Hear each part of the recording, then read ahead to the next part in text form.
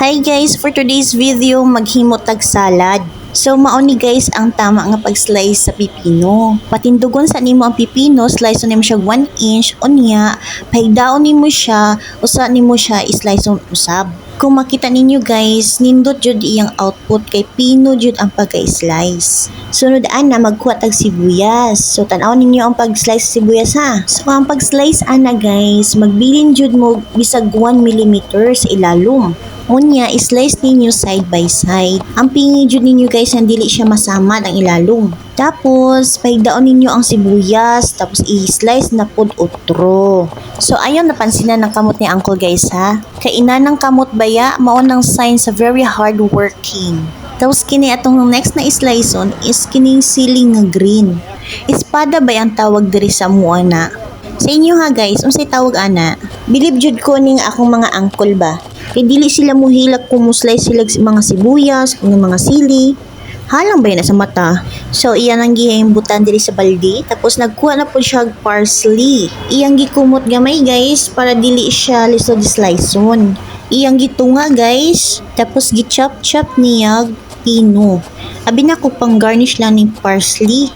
Pwede din siya sa salad. So, ato ng paspason guys para hindi na tamalangan. Siya human nag-slice guys. So, yan ang gibutan diri sa baldi. So, next na itong nga i-slice on guys is kaning lemon nga naapay presyo. Maog gyapon ang pag-slice guys, gagmayon gyapon siya. Kabalo mo guys, kaning lemon makapawala man siya sa luod. So iyan ang gi-scatter diri sa balde, tas nagkuha kutsara si uncle para i-mix ning mga ingredients. Napaday duwa ka sibuyas diri nga wala na i-slice guys, nakalimot siguro si uncle.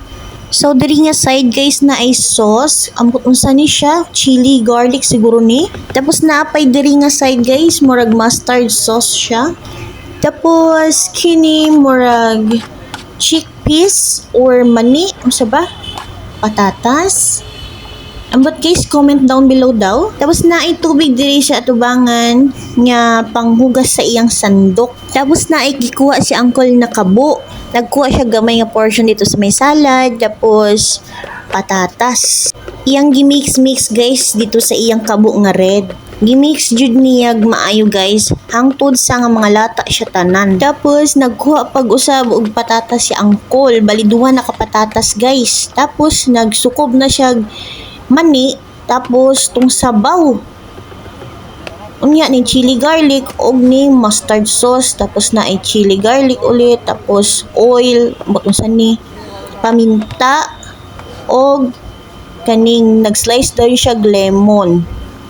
Pero iyang panit ra guys, iyang gibutang. Tapos na ay rice crispy kanang murag pinipig ata ni sa tua. Tapos gimix niya dayon. Murag mixer ang kamot ni Uncle Loy. Manana nagkuha siya papel. Tanawa guys.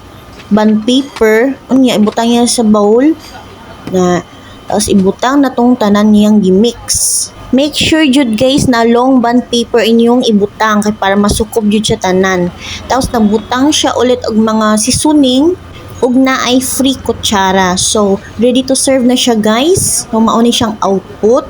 Lami kayo siya guys. So sa mga vegetarian diha, so mauni ang recommendation para ninyo. Very healthy kayo ni siya guys, nakaunon para sa inyo ha. Sa mga nag-diet diha, mauni inyong kaunon. Nya ang pamangkot mag-diet pa ka?